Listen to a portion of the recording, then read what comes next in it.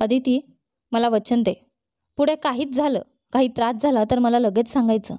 असं स्वतःला नष्ट करून घेऊ नकोस, त्याने गंभीरपणे सांगितलं. अदितीने त्याला बिलकुल हलके हसत मान डोलावली. वचन, पण आधी मला अजून एक किस हवा आहे, ती थोडी रुसून म्हणाली.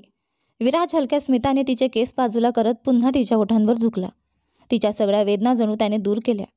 त्यानंतर त्याने जवळ ठेवलेली डिनरची प्लेट उचलून तिला छोट्या घासांनी प्रेमाने खाऊ घालायला सुरुवात केली. आणि त्याला समाधान वाटलं, कारण आता ती त्याच्या संरक्षणात होती. तिला खाऊ घालण्याचं काम अखेर निर्विघ्न पार पडलं. अदितीच्या डोळ्यांच्या पापण्या जड होऊ लागतात आणि विराज हलकेच हसतो. ही किती गोंडस दिसते. तिच्या प्रत्येक लाडिक अदा इतक्या नैसर्गिक असतात की कोणताही पुरुष तिच्यासमोर गुडघे टेकवेल असं त्याच्या मनात येतं. त्याने प्लेट बाजूच्या टेबलावर ठेवली आणि तिला हळूच आपल्या बाहुपाशात उचलून स्वतःच्या बेडरूममध्ये नेलं. नाही, ती आता या उद्ध्वस्त खोलीत नाही झोपणार. उद्या नोकर तिची खोली स्वच्छ करतील आणि तिच्या सगळ्या वस्तू नव्याने आणून ठेवतील. तेव्हा ती परत तिथं राहील. पण आत्तासाठी ती फक्त त्याची जबाबदारी होती. त्याने कपाटातून ताजे नाईटवेअर काढून तिच्यासमोर धरले. बदल हे, असं सांगितलं तसं अदितीने नेहमीप्रमाणे नखरे केले. तिचा प्रत्येक काम विराजच्या संयमाची परीक्षा घ्यायचा. पण यावेळी तो काही तक्रार करणार नव्हता. आज ती खूप थकली आहे, खूप रडली आहे हेच त्याला जाणवत होतं. त्याने डोळे बंद करून तिच्या अंगावरचे कपडे अलगद बदलून फ्रेश नाईटवेअर घातलं. नंतर तिला काळजीपूर्वक उशीवर आडवं केलं आणि चादर नीट ओढून तिला झाकलं. तो उठून त्या हरामखोराच्या बाबतीत कारवाई करण्यासाठी निघणार तेवढ्यात अदितीने त्याचा हात घट्ट पकडला आणि जवळ सरकून त्याच्या मानेजवळ आपलं डोकं ठेवून घेतलं. आता मी तिला कसा नकार देऊ? विराजच्या मनात ओलावा दाटून आला. माझ्या प्रिय, माझी स्वीट केक्स, तिला जे हवं तेच तिला मिळालंच पाहिजे. त्याने तिला स्वतःजवळ अधिक घट्ट ओढून घेतलं. तिच्या डोक्यावर हनवटी टेकवली. पण त्याच्या मनात एक जळजळीत निर्धार आधीच पक्का झाला होता. नितेश, उद्या तुझा शेवटचा सूर्योदय असेल. अदितीने हळूहळू डोळे उघडले, पण क्षणभर ती गोंधळली. ही आपली खोली नाही. तिला कळालं ती विराजच्या खोलीत आहे. काही सेकंद ती असमंजस अवस्थेत राहिली. पण काल रात्रीचं सगळं तिच्या मनात पुन्हा जागं झालं. तिचं रडणं, तिचा संताप, ज्याने तिची संपूर्ण खोली उद्ध्वस्त केली. आणि मग तो किस. त्याने मला अचानक किस केलं, परवानगी न विचारता, काही न ठरवता. फक्त इतकंच की माझे अश्रू थांबवण्यासाठी त्याच्याकडे दुसरा उपायच नव्हता. ती पहिलीच वेळ होती जेव्हा कुणीतरी तिच्या ओठांना स्पर्श केला होता. माझा पहिला किस. तो किस म्हणजे तिच्या हाडामध्ये उसळणारी आग जणू एखाद्या मेल्या ताऱ्यातून परत पाण्याचा वर्षाव झाला आणि तिच्या आत्म्याला पुन्हा जीवन लाभलं. त्याच्या मिठीत स्वतःला मी इतकं पूर्ण कधीच वाटलं नव्हतं. त्याचे हात जणू तिच्यासाठीच घडलेले होते. त्याच्या डोळ्यात पाहिलं तेव्हा जे उबदारपणा तिने अनुभवला ते वर्णन करण्यासाठी तिच्या शब्दसंग्रहात शब्दच नव्हते. तो तिच्या अगदी जवळ आला होता. त्याच्या परफ्यूमचा सुगंध आणि त्याच्या श्वासातून येणारा विस्कीचा वास दोन्ही एकत्र मिळून मोहक वातावरण निर्माण करत होते. तो नशेत होता, पण तरीही मला त्याच्यापासून भीती वाटली नाही. उलट माझ्यात काहीतरी जागं झालं. विराजने हलकेच तिचा गाल स्पर्श केला आणि त्या स्पर्शाने तिच्या अंगावर रोमांच उठले. मग त्याने चेहऱ्यावर हलकेच पंख्यासारखे किस केले, जणू तो माझ्या त्वचेची पूजा करत होता. तिने ओठ थोडे ओले केले. त्याने हसून हलकेच कोपऱ्यात किस केला. तिच्या अंगातली प्रत्येक नस थरथरली. मग त्याने तिला घट्ट ओढून मध्यभागी खोल किस केला. डॅम नितेश, तो किसच्या मध्येच कुजबुजला. अदितीला कारण समजलं नाही, पण त्याच्या ओठांवरील राग आणि संरक्षणाची भावना तिच्या मनात कोरली गेली. किस हळूहळू प्रखर होत गेला. तिच्या ओठांना हलके चावून, केसांमध्ये बोटं गुंफून तिला पूर्णपणे स्वतःत सामावून घेतलं. अदिती अक्षरशः त्याच्या मिठीत वितळली आणि मग तिची जीभही त्याच्या हालचालींचा पाठलाग करू लागली. त्या आठवणीमधून बाहेर येत ती आरशासमोर उभी राहिली होती. थरथरणाऱ्या बोटांनी तिचे स्वतःचे ओठ स्पर्शले. अजूनही त्याच्या विस्कीचा स्वाद होता. तिने खाली पाहिलं. काल कॉलेजला जाण्यासाठी घातलेले कपडे आता बदललेले होते. त्याने मला बदलून हे घातले हे जाणवताच ती लहान मुलीसारखी खिदळली. तो आधी फक्त माझ्या कल्पनांमध्ये होता, पण आता तो माझी इच्छा आहे, माझं प्रेम, आणि ज्याच्याशी मी लग्न करायचं स्वप्न पाहते तो माणूस. तिने अंघोळ करून गुलाबी शिफॉन टॉप आणि निळी डेनिम घातली. केसांची वेणी घालून ती खाली उतरली आणि हॉलच्या मध्यभागी विराज उभा होता. त्याचे केस नीट सेट केलेले, हलकी दाढी, ग्रीन स्ट्राईप्सचा शर्ट आणि काळी पॅन्ट, डाव्या हातावर पांढरा कोट आणि गळ्यात टेटोस्कोप. तो फोनवर काहीतरी रागाने टाईप करत होता. विराज लागावलेला असतानाही इतका देखणा कसा दिसतो, ती मनात म्हणाली आणि हळूच डायनिंग टेबलकडे गेली. तू उठलीस? बरी आहेस? त्याने फोनवरून नजर न हटवता विचारलं. अदितीने उत्तर न देता प्लेटमध्ये नाश्ता आणि अंडी वाढून घेतले. डोळे झपकले आणि क्षणात तो तिच्या बाजूला उभा होता. मी तुला प्रश्न विचारतोय तर त्याचं उत्तर देणं आवश्यक आहे. तुला माहिती आहे ना, एखाद्याची काळजी करणाऱ्या माणसाला दुर्लक्षित करणं म्हणजे असंस्कृतपणा. समजलं? त्याचा आवाज एक पट्टीने वर गेला. अदितीने त्याच्याकडे पाहिलं. राग, काळजी, अधिकार, प्रेम सगळंच एकत्र होतं त्या नजरेत. 2 मिनिटांच्या प्रार्थनेनंतर, ज्यामध्ये तिने देवाचे आभार मानले की ती इथे आहे आणि नितेशच्या मृत्यूवर दुःख करत नाही, तिने आपला ड्रायव्हर आणि बॉडीगार्ड समीरला कॉल केला. मिस अदिती, तो दुसऱ्या रिंगवर तात्काळ व्यावसायिकपणे उत्तर देतो. हाय समीर, कॉलेजमध्ये एका सायद हेकाच्या दुःखद निधनामुळे आज सुट्टी जाहीर झाली आहे. तुम्ही परत येऊन मला घेऊन येऊ शकता का? तिचा आवाज साधा राहिला पाहिजे होता, पण ती उत्साहाने बोलते. नक्कीच मिस अदिती, तो लगेच उत्तर देतो. तिचा मागील बॉडीगार्ड जिनेश मजेशीर आणि जीवनदायी होता, पण समीर पूर्णपणे व्यावसायिक आणि 24/7 गंभीर चेहऱ्याने काम करतो. नक्कीच विराजने त्यालाच निवडले होते. जिनेश लांबट आणि विरळ होता. तो आनंदी, हुशार आणि कधीकधी आपली पत्नी आणि 3 व 7 वर्षांच्या मुलांबद्दल कथा सांगत असे. पण काल रात्रीच्या गोंधळामुळे गरीब जिनेशची नोकरी गेली. तिच्या रडण्याशिवाय तो विराजसाठी काम करत राहिला असता. आज ती फक्त बाथरूममध्ये गाणी गायला गेली होती, पण तिचा आनंद थांबत नव्हता. ती गाते आणि कारमध्ये प्ले झालेल्या स्टुडिओच्या धुनावर नाचते. पुढचा दरवाजा उघडताच तिला समोरच्या खोलीत चारूने बनवलेले स्वादिष्ट चीज सँडविचचा वास येतो. ती ऑरेंज ज्यूस घेते आणि टीव्ही समोर बसून तिचा आवडता शो द गुड वाईफ पाहते. जेवण संपताच ती आपल्या खोलीत जाते आणि पालकांशी स्काईप करायची तयारी करते. त्यावेळी विराज शुक्ला खोलीत येतो. त्याला घरात पाहून तिचा आनंद असीमित होता, जणू तिने दशकानंतर त्याला पहिल्यांदा पाहिले आहे. विराज, ती आनंदाने हळूहळू बोलते आणि जिन्यावर धावते. त्याच्या कुशीत जाऊन मिठी मारते. तो आश्चर्याने पाहतो आणि म्हणतो, सावधान स्वीट केक, तू पडू नये. ती मज्जा घेते आणि त्याच्या खांद्याभोवती आपले हात गुंडाळते. तो एक पाऊल मागे टाकतो, टेबलवर हात ठेवून संतुलन राखतो आणि तिच्यावर आपले हात गुंडाळतो. आज कॉलेजला गेली नाहीस का स्वीट केक्स? तो आश्चर्याने विचारतो.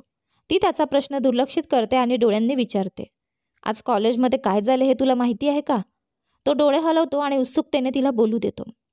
नितेश, तो वाईट माणूस, त्याने आपले प्राण गमावले. कोणीतरी त्याला मारले आणि मृतदेह छतावर लटकत होता, सर्वांसाठी दाखवायला. ती शेवटचे 4 शब्द उत्साहाने जाहीर करते. असं आहे का? तो थोडा मान खाली करून तिच्याकडे पाहतो आणि ती आनंदाने डोळे चमकवून मान हलवते. मला हे ऐकून खूप आनंद झाला. अभिनंदन. तो तिच्या गालावर हात लावतो. ती बोलत राहते. आणखी एक गोष्ट म्हणजे त्या प्रसंगाला साजेसा म्हणून आम्हाला सुट्टी मिळाली आहे. तो भौतिकदृष्ट्या तिला विचित्रपणे पाहतो आणि ती हसते. आम्हाला त्या वाईट माणसाच्या मृत्यूवर शोक व्यक्त करण्यासाठी सुट्टी मिळाली आहे. श्श. तो तिच्या ओठांवर बोट ठेवतो. तुझ्या ओठातून असे शापकारक शब्द बाहेर पडू नयेत. ती हसते आणि नक्क टोक पाहून त्याचा बोट चावू लागते, पण तो झपाट्याने बोट वाचवतो. स्वीट केक्स, तो हळूहळू हसत तिच्यावर बोलतो. तू अलीकडे खूप शरारती झाली आहेस. ती हसते आणि त्याला मिठी मारते. तिचे डावा पाय त्याच्या पायाभोवती गुंडाळले जातात, नंतर उजवाही, आणि तो तिच्या हँड्सने तिला घट्ट धरतो जेणेकरून ती पडू नये. ते प्रवेशद्वाराजवळ अस्वस्थ स्थितीत उभे राहतात, स्वतःच्या जगात मग्न असतात. ड्रायव्हर म्हणतो, सर. दोघेही पलटून पाहतात आणि लक्षात येते की ते प्रवेश मार्ग ब्लॉक करत आहेत. ड्रायव्हरच्या दोन्ही हातात 10 शॉपिंग बॅग आहेत. विराज हसतो, बाजूला सरकतो आणि ड्रायव्हरला मार्ग देतो. काल तुझ्या खोलीत गोंधळ केला होता, म्हणून मी तुला नवीन गोष्टी आणल्या. तो सांगतो आणि तिच्या कपाळावर किस करतो. हे सगळे माझ्यासाठी आणलेत का विराज? ती आश्चर्यचकित होऊन विचारते, खोलीच्या दरवाजाकडे बोट दाखवत. हो माझी प्रिन्सेस, तो उत्तर देतो.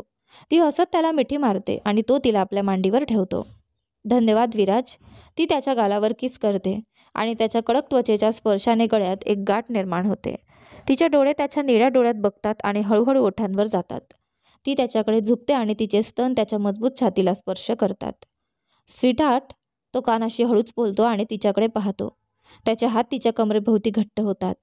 श्वास उष्ण आणि कडक असतो. तिचे हात त्याच्या छातीच्या मजबूत पॅनलवर हलकेच फिरतात. अदिती, त्याचा आवाज खडबडीत आणि पुरुषार्थी आहे. हो, ती उत्तर देते. पाय घट्ट धरून आपली भावना नियंत्रित करण्याचा प्रयत्न करते. तो खाली पाहतो आणि तिच्या पायांच्या दरम्यान पाहून तिला जवळ खेचतो. तिच्या स्त्रीत्वाचे मृदू वळण त्याच्या पुरुषार्थाशी स्पर्श करतात.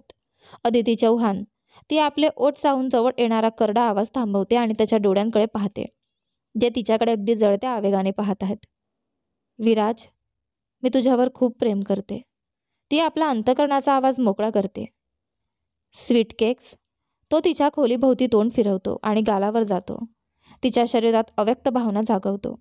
त्याच्या गालांच्या आणि वरच्या ओठांच्या खरखरलेल्या त्वचेचा स्पर्श तिच्या नसांमध्ये जबरदस्त कंपन निर्माण करतो.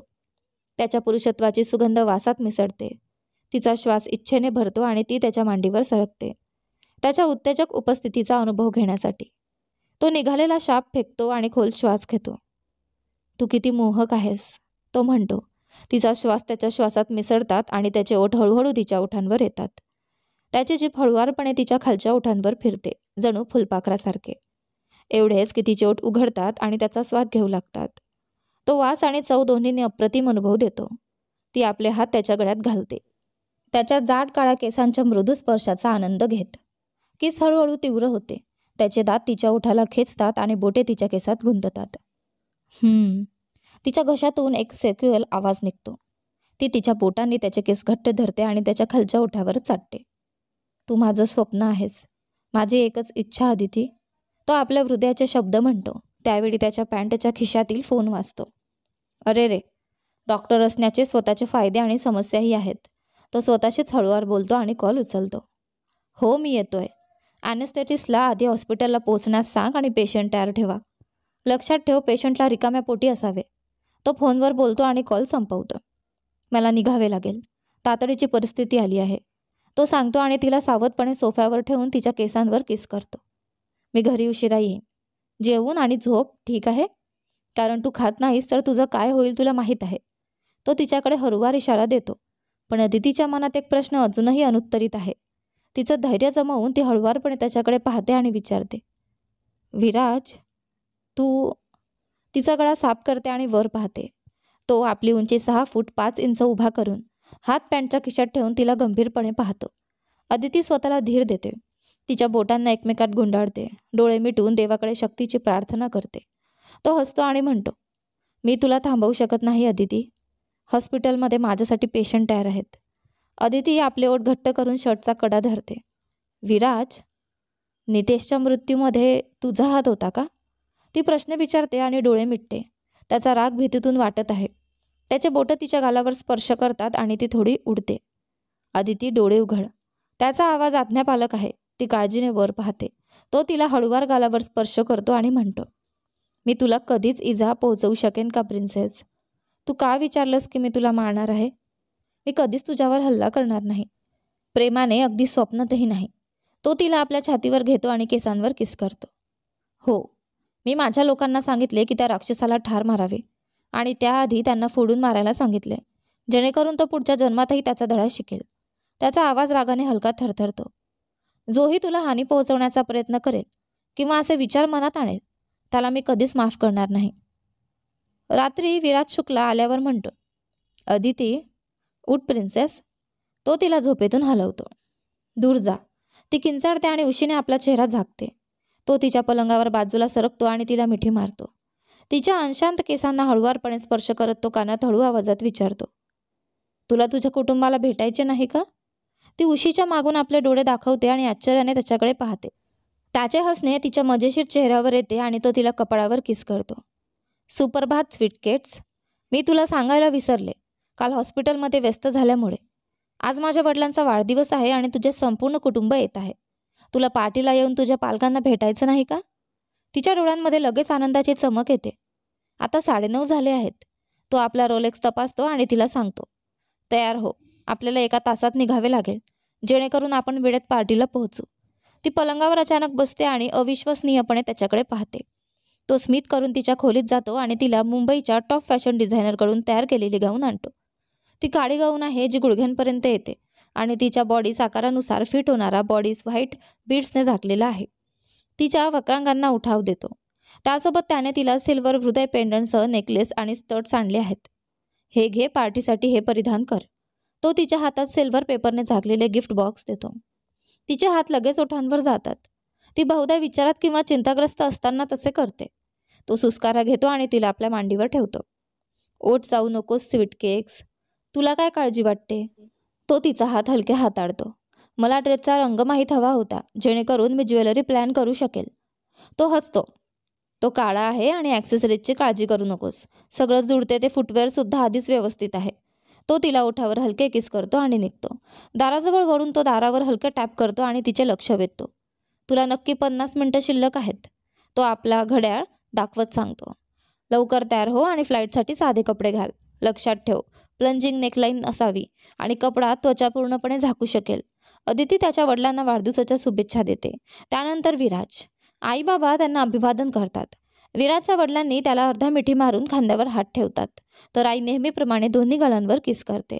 अनुभवाने शिकले की आईच्या मनोवृत्तीला वय बदलून काही फरक पडत नाही. त्यानंतर विराजच्या आईबाबांनी अदितीला गोड मिठी मारली आणि त्याची आई नेहमीप्रमाणे थोडी अधिक प्रेमळ राहून तिच्या कपाळावर किस केला. अदितीचे वडील राघव चव्हाण आणि विराजचे वडील लहानपणापासून मित्र आहेत, जसे विराज आणि समर आहेत. अदिती विराजची बालपणीची प्रेयसी आहे आणि तो तिला तितकाच प्रेम करतो. जीवनात कितीही वळणं आली असली तरी एक गोष्ट कायम राहिली आहे, अदितीवर त्याचं प्रेम. तो ड्रिंक घेऊन पार्टीसाठी लॉनवर अदितीला येण्याची वाट पाहतो. त्याने तिच्यासाठी मेकअप आर्टिस्ट आणि हेअर ड्रेसर नेमले होते. ती नेहमी आदर्शपणे सुसज्ज दिसावी, एकही केस विस्कळीत राहू नये. तो जाणतो की या पार्टीत उपस्थित प्रत्येक पुरुष तिच्याकडे वळून पाहिल आणि ती फक्त आकर्षक असेल, पण कोणाची मालकी नव्हे. त्याला माहीत आहे की तो स्वतःला कसा कठोर ठेवीत आहे, पण त्याला तिला फक्त पाहून आदर वाटतो. विराज शुक्ला विचार करतो, तिला माझ्या भावनांची काही कल्पनाच नाही आणि कदाचित कधीच कळणार नाही, पण ती माझ्या हृदयाचा ठोका आहे. जणू काही परीकथा सांगणाऱ्या पोपट्यामध्ये राक्षसाचे जीवन असते, तसंच माझं जीवन तिच्या आनंदात बसलेलं आहे. मी जगात इतरांवर कठोर, कडक आणि निर्लज्ज आहे, पण तिच्यासाठी मी प्रेमळ, स्नेही आणि मृदू होतो. जसे मी तिला त्या ड्रेसमध्ये पाहिलं असं वाटलं होतं, तसं ती पार्टीत एखाद्या जादूगरणीसारखी चालून येते. पार्टी अचानक तिच्याकडे पाहून शांत झाली. तिच्या बाजूला बसलेली काही मुलगी विनोद करत होती आणि ती हसत होती, सर्व पुरुषांचे लक्ष तिच्याकडे आकर्षित करत. स्त्रिया तिच्या सुंदरतेवर ईर्ष्या करत. सभोवतालचे लोक बोलणं थांबत तिला गुप्तपणे कौतुक करत होते. सिगारेट लावत तो दुसरा हात त्याच्या ब्राऊन जॅकेटमध्ये टाकून तिच्याकडे दुरून पाहत आनंद घेत होता. त्याची आई तिच्याकडे जाऊन तिला मिठी मारते आणि पार्टीमध्ये स्वागत करते. तसतसे त्याचे वडील राघव चव्हाण आणि मित्र विराज शुक्ला आणि पत्नी सुनीता यांच्यासोबत येतात. 6 महिन्यांनंतर पालकांना भेटताना तिचा आनंद अपार होता, हे तो तिच्या डोळ्यात पाहू शकतो. तिच्या वडिलांनी तिचा चेहरा दोन्ही हातांनी धरला आणि खाली डोकं झुकवत तिच्या केसावर किस केला. त्यांच्या डोळ्यांतून खूप प्रेम आणि ऊब दिसत होती, पण ते इतकं सूक्ष्म होतं की जवळून पाहिलं नाही तर समजत नव्हतं. त्याला समजलं की त्याच्या उपस्थितीची गरज आहे, पण जर त्याने वडील मुलगीच्या नात्यात अडथळा ठरत असेल तर तो दूर राहून त्याच्या आनंदाचा अनुभव घेणं पसंत करत होता. अदिती आणि तिच्या वडिलांना इतकं जवळून पाहून विराजला लक्षात आलं की ती त्याची अचूक प्रतिकृती आहे. केससुद्धा त्यांच्यासारखीच. त्यांचे नाते खूप मजबूत आहे. त्यानंतर तिची आई त्यांच्या आनंदात सामील होते आणि अदितीच्या दोन्ही गालांवर किस करते. ती घराची प्रिन्सेस आहे. खरंच पार्टी पूर्णपणे गाजू लागली. अंजली तिच्या बॉयफ्रेंडच्या परफॉर्मन्समुळे येऊ शकली नव्हती. ती देशभर प्रसिद्ध गिटार वादक होती. तो त्याच्या विचारात व्यस्त असताना खांद्यावर हलके खुणकावत जाणवलं. अरे भाऊ, कसा आहेस आणि जीवन कसं आहे? तो वळून पाहतो आणि समोरचा आनंदित चेहरा पाहतो. ते दोघेही एकमेकांना मिठी मारतात आणि गप्पा मारतात. तुला माझ्या ड्रामा क्वीन बहिणीला हाताळताना मजा येते अशी आशा आहे, तो थोड्या उपहासाने बोलतो. हो, खूप मजा आहे. प्रत्येक दिवस तिच्यासोबत रोलर कोस्टरसारखा आहे. मला अचानक वाटतं की मी बाबा झालोय, पण माझं बाळ 2 वर्षांचं नाही, ते 20 वर्षांची आहे, तो हसत सांगतो. काही दिवस ड्रामासोबत जातात, काही दिवस तिच्या वृत्तीमुळे, काही दिवस तिच्या हट्टामुळे, पण प्रत्येक दिवस वेगळा आणि तिच्या नवीन अँटिक्सने भरलेला असतो. अदिती बारकडे येते आणि तो ती गोष्ट अचानक थांबवतो, कारण पिल्लाचे केस काढायचे नाहीत. Hello princess. समर तिच्याकडे येतो आणि बहिणीला मिठी मारतो. तिचे ओठ आनंदाने पसरतात, पण ती लगेच ते झाकते. तू संपूर्ण आठवडाभर माझ्याशी बोलला नाहीस, स्काईप पण केलं नाहीस. मी तुझ्यावर रागावले आहे. ती आपले हात छातीकडे धरते आणि दुसऱ्या बाजूला वळते. असं ड्रामा क्वीन?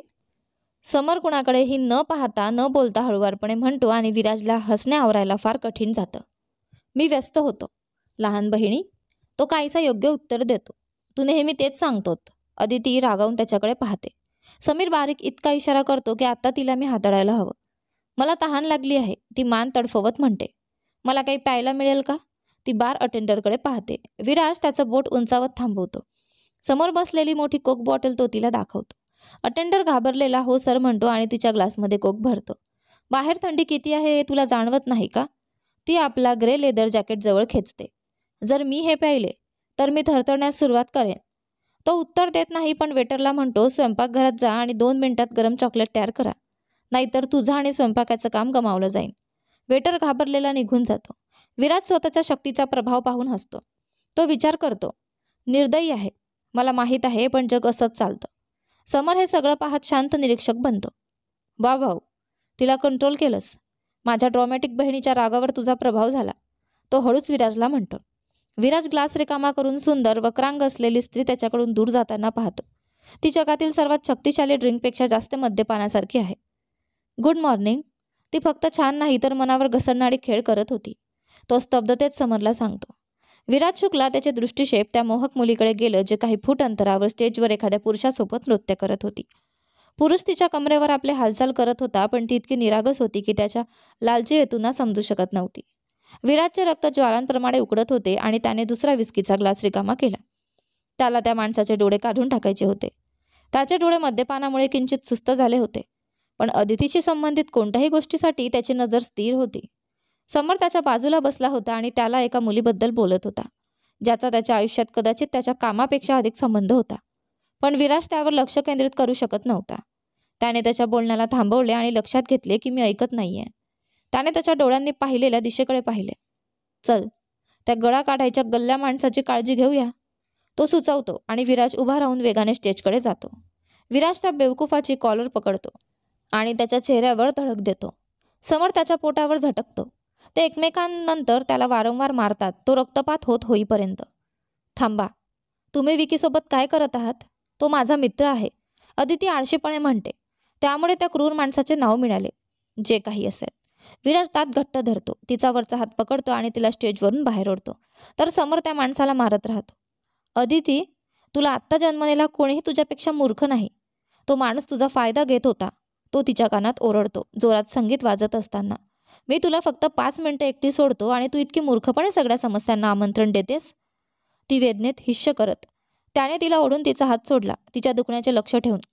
तू मद्यधूत आहेस, तुझ्याकडून सिगरेट आणि मद्याची वास येते. ती त्याच्यावर आरोप करते, बोट तोंडाजवळ नेते. तो माफी मागतो, तो तिला सांगतो आणि थोडा बाजूला सरकतो जेणेकरून ती त्याचा वास घेऊ नये. विराजने मद्यधूत होत जाण्याचं दुःख मानलं. राघव चव्हाण आणि त्याचे वडील काळजीत चालत त्याच्याकडे येतात. ती ठीक आहे, काळजी करू नका, विराज तिच्या वडिलांना सांगतो. थोडा हात फोडलेला दाखवतो. तू ठीक आहेस बेटा? वडील काळजीपूर्वक विचारतात.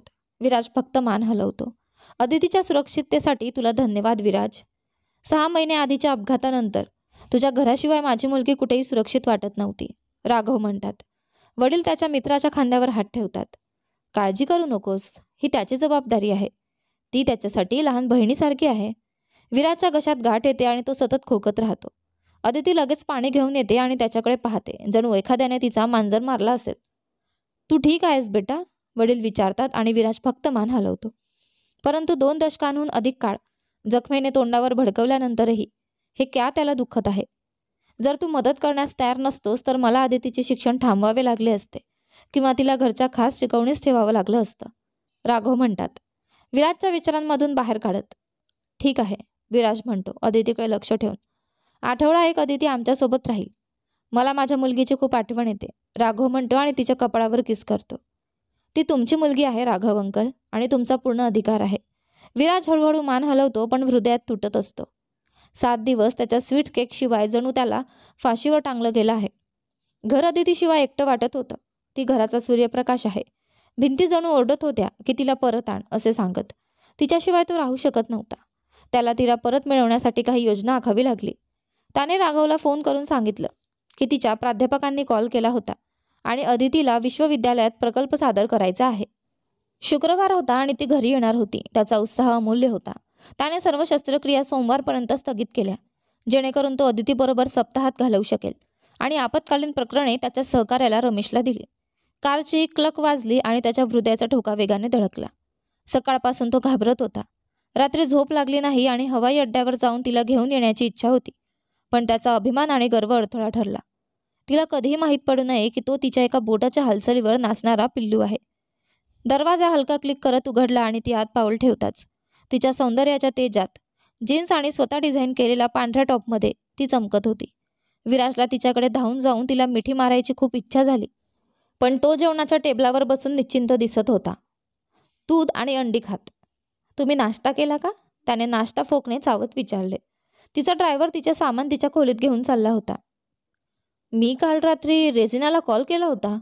तिने सांगितलं होतं की फिजिक्स प्राध्यापकांनी कोणतीही असाइनमेंट दिली नाही, अदिती म्हणाली. तर यानंतर पुढे काय होते ते पहा आपल्या कथेच्या पुढच्या भागामध्ये. पण तोपर्यंत तुम्हाला आपले आजचे दोन्ही भाग कसे वाटले मला कमेंट करून नक्की कळवा. धन्यवाद.